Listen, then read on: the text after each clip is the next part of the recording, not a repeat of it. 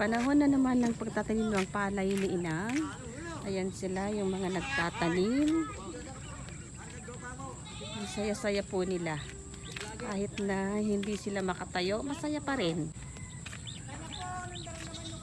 Pero nakakapagod din po yung pagtatanim na yan. Kahit na masaya sila, pagod. Kasi naranasan ko rin po yung magtanim na ganyan. Maaga pa lang, nandyan na po sila. As early as 5 o'clock, magtatanim na po sila. Ayan, kaya ang dami na nilang natanim. Ito pa yung mga punla.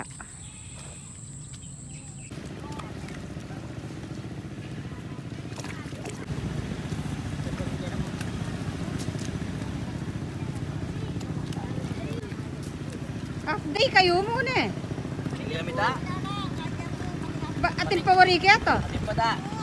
Ang ulo may ngaring ngayon yung mga kiyas ka naman dito. Te pauna de yan. Huwag na mga kaya niya ma. Ay da, daramag yun. Jesus yun.